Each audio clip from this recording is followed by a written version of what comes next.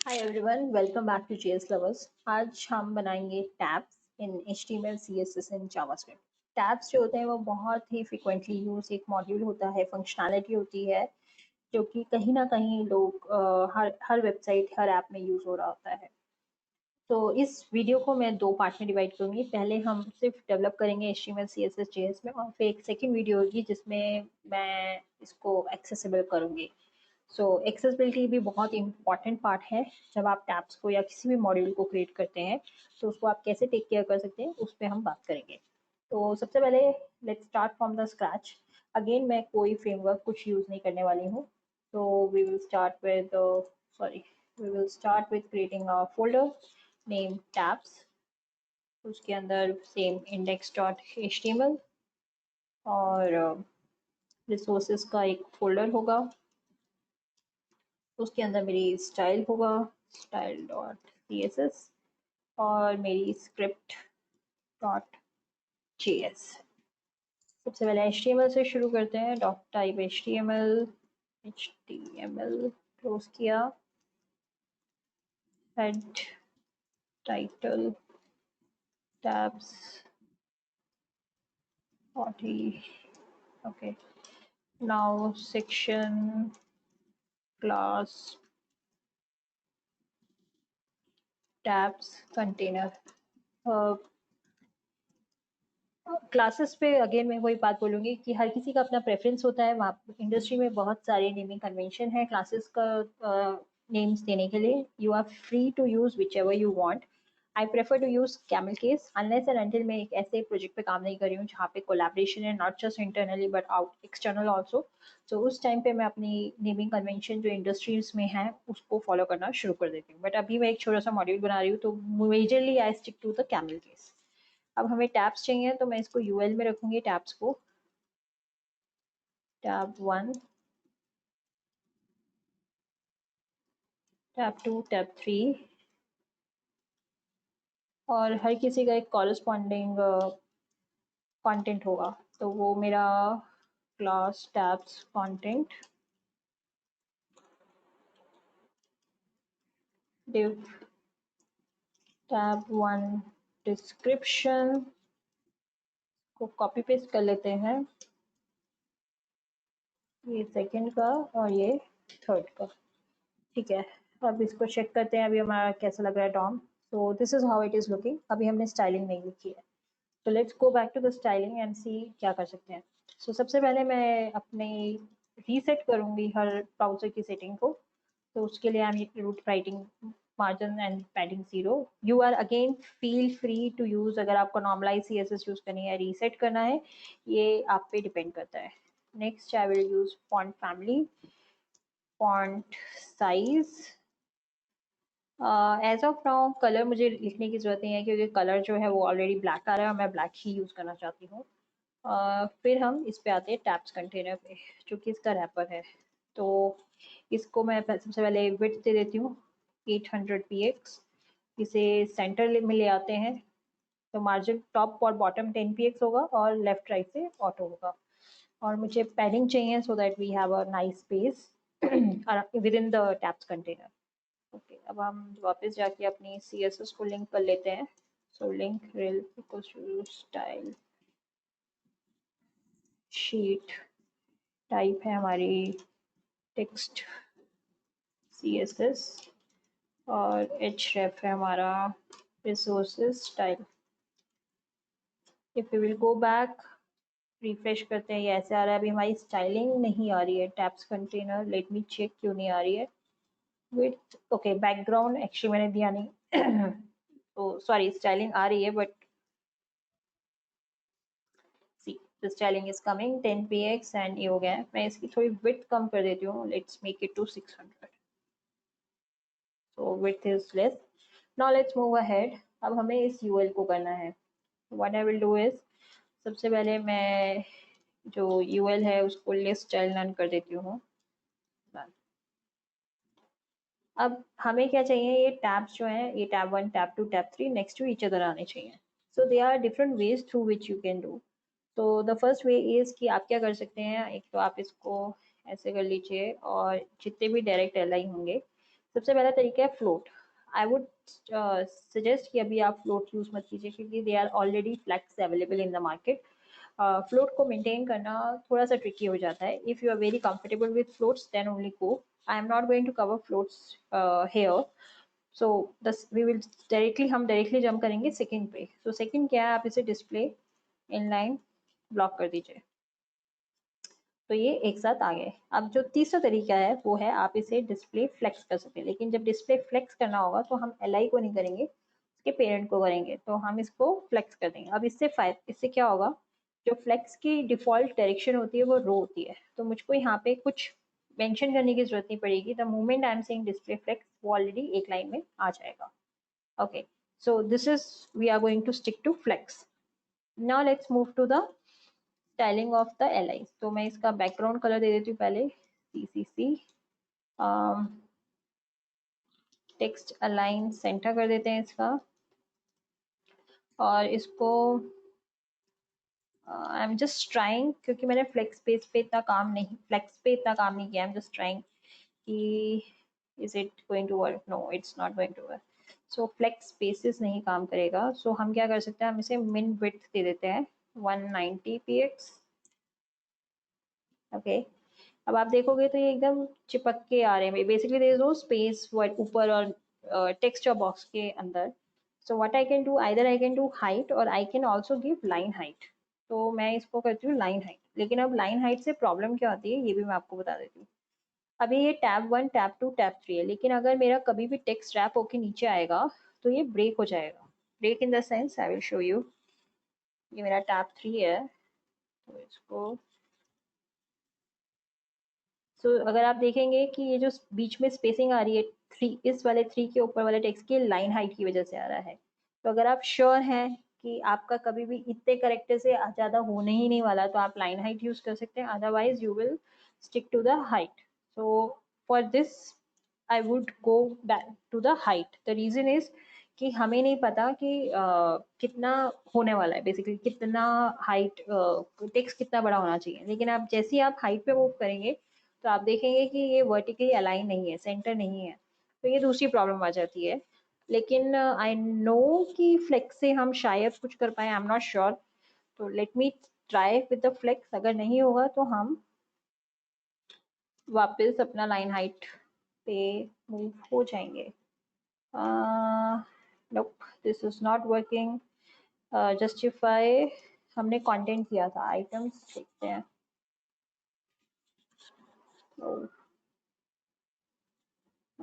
Align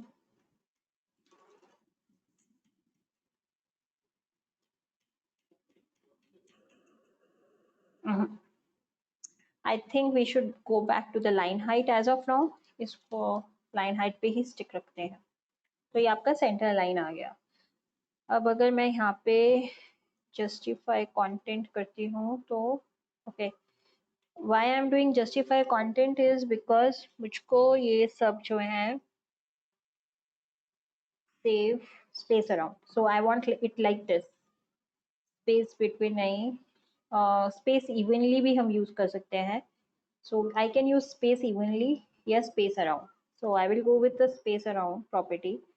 तो हम यहाँ वापस जाते हैं और इसको ये कर देते हैं।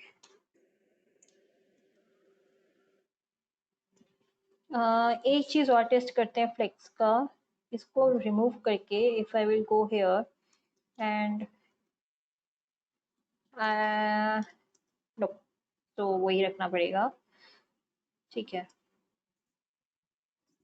तो ये आपका अभी आपके टैब्स जो है वो बन गए हैं। The last thing I want to do is I want to have the spacing like this.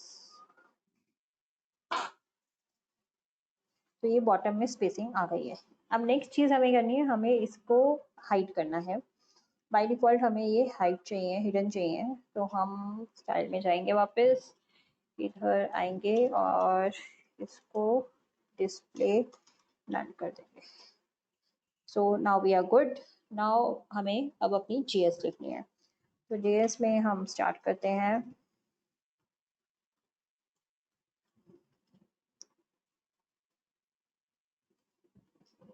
ये हमारा सिंगलटन पैटर्न है। अगर आपने नहीं देखा तो मैंने अपनी लास्ट वीडियो में आपको ये दिखाया था कि आप ये कैसे कर सकते हैं। I am just creating a skeleton of that. तो this is the basic code you need to have your GS design pattern to work. Okay, अब हमें करना है const create tabs। ओके, और इसको हम यहाँ पे कॉल कर देंगे। अब हमें क्या करना होगा, हमें करना है कि इसके क्लिक पे, इन टैब्स के क्लिक पे वो टैब डिस्क्रिप्शन दिखे। तो उसके लिए मैं क्या करूँगी, मैं अपने इसको रेफरेंस इस डॉम को अपने JS में लूँगी और इसको भी लूँगी। So let's start with our const tab item equals to, okay, before that, because I'm a lazy developer, so I don't want to write again and again document, I will do this, and I will say get elements by tag name। कौन सा चाहिए हमें li चाहिए। फिर हमें description चाहिए, तो tab description, I think यहाँ पे s कर देते हैं, यहाँ पे भी s कर देते हैं। अब इसके लिए इसके लिए या तो आई कैन डायरेक्टली से कि मुझे div चाहिए, या मैं क्या कर सकती हूँ, क्वेरी सिलेक्टर यूज करके इनको टैब कंटेंट के अंदर जो div है उसको ले सकती हूँ। आई would go with tabs content के अंदर div, क्योंकि मुझे नहीं पता कि कल शायद इसके अंदर और भी कंटेंट आ जाए तो और भी divs आ जाएंगे, तो वो थोड़ा सा रिस्की हो जाएगा अगर मैं ग्लोबली टैब्स को एक्सेस करने की कोशिश करूँ। दो same goes here also, but यहाँ पे मैं ये कर सकती हूँ कि मैं यहाँ पे एक आईडी देके भी उसे एक्सेस कर सकती हूँ। तो मैं आपको दोनों अप्रोचेस दिखा रही हूँ। तो हम क्या करेंगे, क्वेरी सिलेक्टर ऑल करेंगे, और मेरी ये जो क्लास है टैब्स कंटेंट, उसको लेकर उसके डायरेक्टली जो div है उनको हम ले लेंगे। ओके, अब हमें क्या करना है, अब हमें इसके ऊपर पहले लूप करना है। तो हम करेंगे for let i equals to 0, i less than इसकी लेंथ i प्लस प्लस। अब जब भी मैं टैब्स आइटम पे क्लिक कर रही हूँ तो मुझे क्लिक का इवेंट लगाना होगा।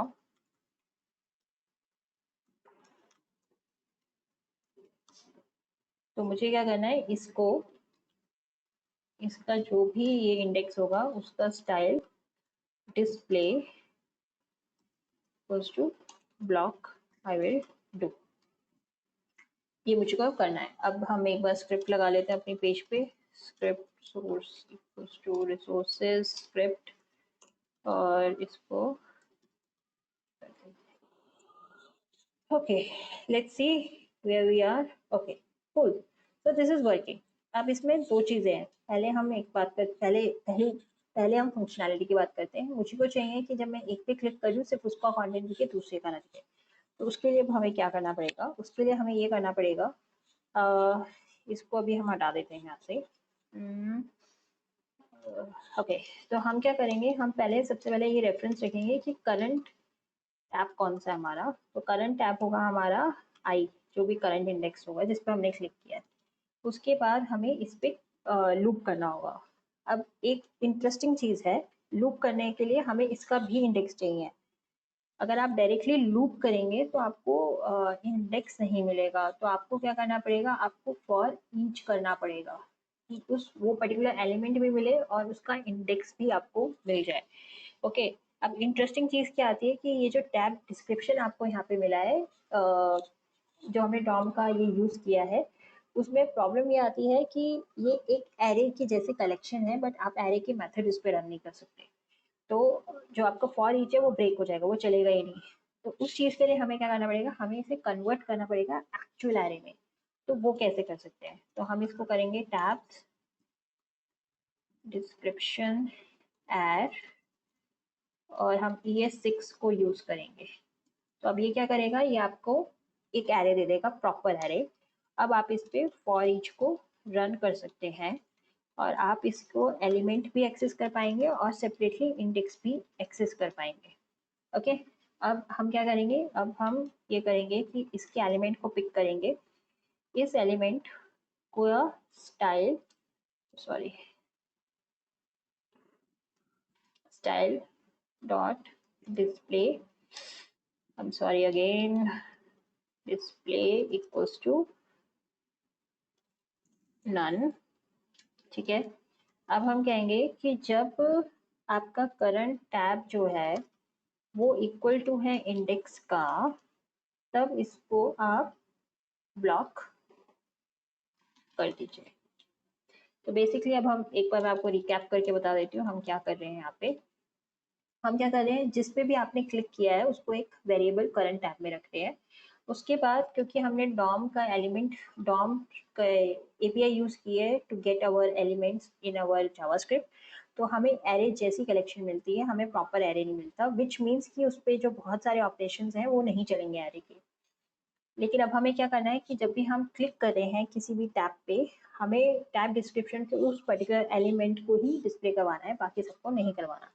तो इसलिए हमें वो एक एलिमेंट भी चाहिए और उसका इंडेक्स भी चाहिए, दोनों सेपरेट चाहिए। तो हमें उस पर फॉर ईच करना पड़ेगा। तो फॉर ईच क्या है, एक एरे का मेथड है, लेकिन क्योंकि ये एरे नहीं है तो इसलिए ये ब्रेक हो जाएगा। तो हम उसको पहले एरे में कन्वर्ट करेंगे। तो एरे में कन्वर्ट करने के लिए हम ES6 का यूज कर रहे हैं, और ये हमें एक एरे में कन्वर्ट करके एक दे देगा न्यू ऑब्जेक्ट, न्यू एरे दे देगा। एंड देन हम उस पर फॉर ईच कर रहे हैं।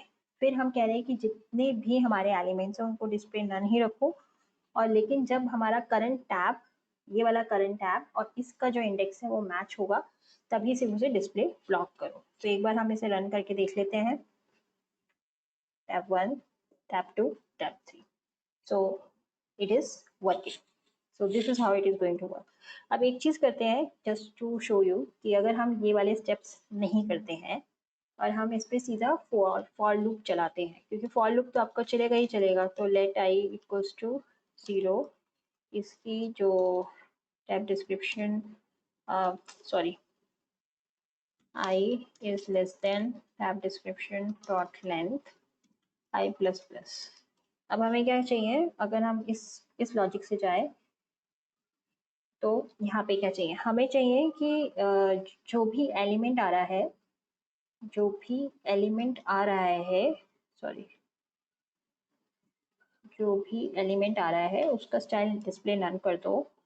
और if current tab is equal to index, तो आप इसको डिस्प्ले ब्लॉक कर दो। Let's see if this will work और नॉट। वो रिफ्रेश, ऑलरेडी रिफ्रेश है वो, बट ये नहीं चलेगा। ओके, इंडेक्स क्यों नहीं चल रहा है, क्योंकि okay sorry my bad, I. In fact इसको आई भी ना रख के हम जे कर लेते हैं थोड़ा, वरना रीडेबिलिटी में प्रॉब्लम रहेगी। इस सबको ऐसे कर लेते हैं। Okay, let's C.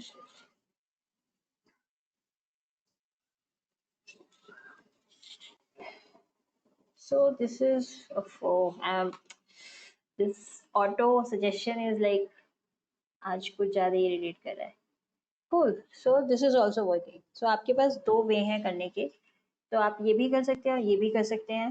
The only thing is here आपको इधर आपको ये पूरा कन्वर्ट करना पड़ेगा, ये वाला एक एक्स्ट्रा स्टेप करना पड़ेगा। तो आप पे डिपेंड करता है कि आप कौन सा वाला प्रेफर करते हैं, बट दोनों ही आपके वर्क कर रहे हैं, तो it's up to you.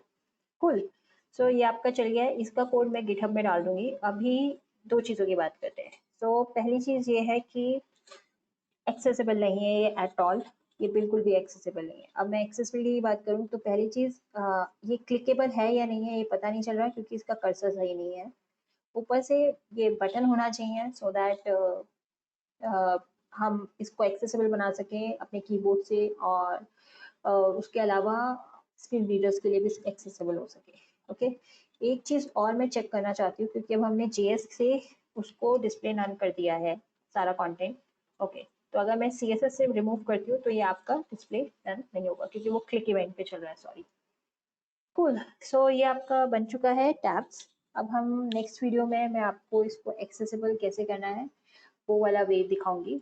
As of now what I will do is कि मैं ये दोनों अप्रोचेस को कमिट कर दूंगी कोड गिटहब पे।